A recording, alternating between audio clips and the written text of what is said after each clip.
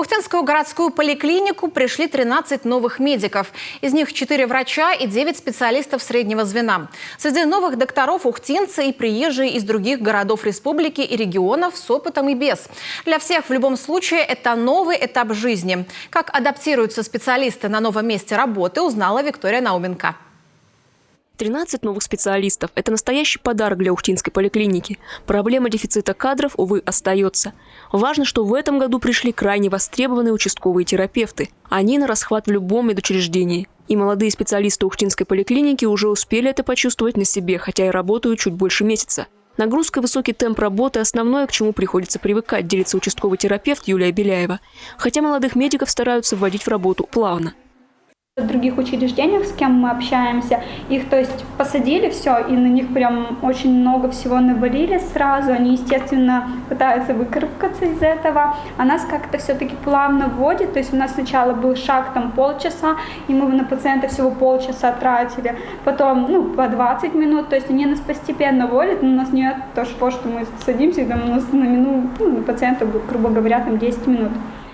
Выпускница Сыктывкарского медицинского вуза успела поработать медсестрой в перинатальном центре столицы Коми. Но с детьми проще, делится девушка. Взрослых пациентов терапевту приходится успокаивать куда чаще. И, конечно, у терапевта совсем другая специфика работы. Больше сложностей. То, что мы учили в институте, и тут приходится сталкиваться с пациентом напрямую, не все так в учебниках. Понятно, у них там сопутствующих куча заболеваний, они там не бывает, что вот пришлось такое-то. Тактика такая-то, а получается, что у нас все-таки совокупности нужно решать, искать лазейки совместимости препарата, совместимости диагнозов, что можно, что нельзя, обследования все проводить в полном объеме.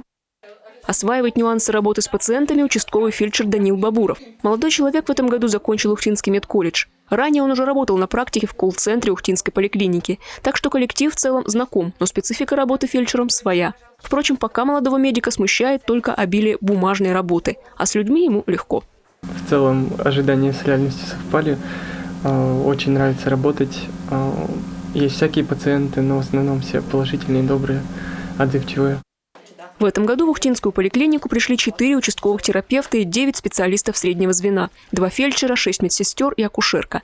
Количество новых кадров впервые с доковидных времен превысило десяток. В первые годы пандемии была затруднена выездная профориентационная работа, которую поликлиника проводит уже давно. В обязательном порядке мы пишем во все медицинские академии, университеты, подаем информацию, кто нам требуется. В обязательном порядке мы указываем меры социальных гарантий, заработную плату, кто нам требуется. Затем мы непосредственно выезжаем в учебные заведения, то есть мы принимаем участие практически во всех ярмарках вакансий, стараемся расширять свой круг поиска сотрудников.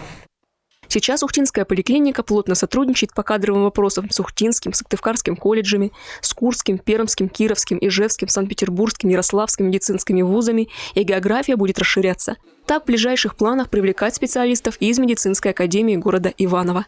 Виктория Науменко, Павел Лагутин, телеканал Юрган, Ухта.